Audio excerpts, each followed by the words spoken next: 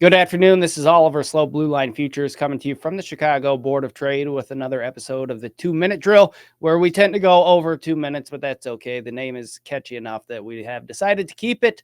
Before we get into the markets and charts that we are looking at today, do want to remind you, if you've not signed up for a free trial of our daily commodity commentary, head over to bluelinefutures.com. From there, go to the free trial page and you can select the markets that most interest you: grains, livestock, metals, energies, indices, etc. We've got a great team here at Blue Line Futures who wake up dark and early each and every morning to make sure you get that in your inbox before the opens.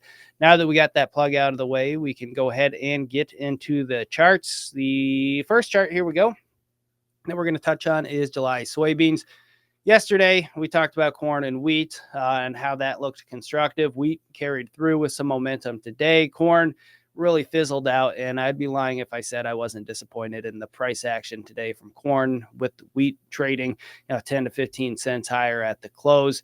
Corn in the red, not really a good look. We just couldn't get out above resistance, but we'll probably touch on that again later in the week. For now, we are looking at July soybeans, and July soybeans had a nice little run too. We traded out above the 50-day moving average for the first time, and it looked like we were going to get a nice closeout above there for the first time in what seems like a lifetime, but really stalled out against this 50% retracement, which is this red line here. And basically the 50% retracement is just a fancy way of saying the middle of the range from these recent highs at the end of March to these recent lows. So we weren't able to get out above there. And I think the inability to do so probably started to spark a little bit of long liquidation into this afternoon's trade, which took us kind of right back near unchanged at the close and just below that 50-day moving average. That 50-day, I think, going to be very pivotal here in the end of the week, back half of the week, as well as that 50% retracement.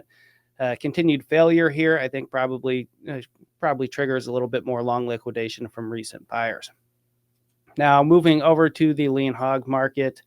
June lean hogs have been just on an absolute tear here to start the year. As you can see, trendline support has been tested and held several times and remains very much intact. They tried to break down here at the start of April, but really defended that well. Now we're back near these highs, but I'm a little bit cautious here. The trend is definitely up. This is a nice higher high, higher low trend, but we're actually looking to potentially fade that. Now, I wouldn't suggest doing that for everybody out there, and I wouldn't suggest doing it blindly with futures. For counter trend trades, we like to look at the options market. But what has us, swimming upstream, so to speak, against lean hogs, at least from a bias standpoint? Well, one thing, the commitment to traders report. So let's take a look at that.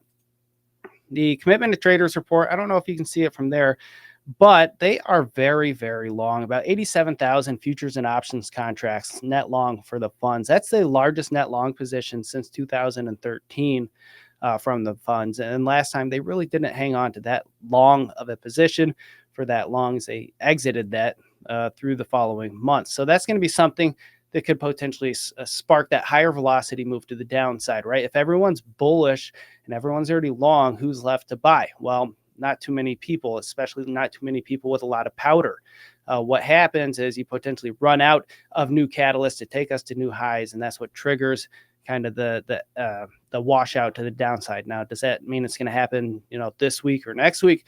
No, not necessarily. There's an old saying, I'm sure you've heard of it: markets can remain irrational longer than you can remain solvent. Again, that's kind of why we like to use the counter trend trade methods like options to help limit that risk while gaining some of that exposure. Now, looking at the seasonality aspect of it, we got the season algo here, and you can see it's not necessarily a bearish time of year, but it's certainly not a bullish time of year. We kind of chop around and see a little bit of weakness here into the expiration for the June contract, which goes off in the middle of June. So I think you're looking at overextended funds, a seasonal kind of tendency to have some bearishness or at least a sideways trade.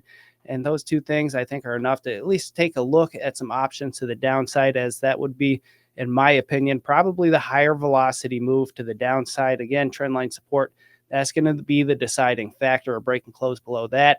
And I think that's when things start to get really interesting and you could see volatility really pick up. So those are a couple of the markets we're looking at. If you've got any questions, feel free to reach out to our trade desk.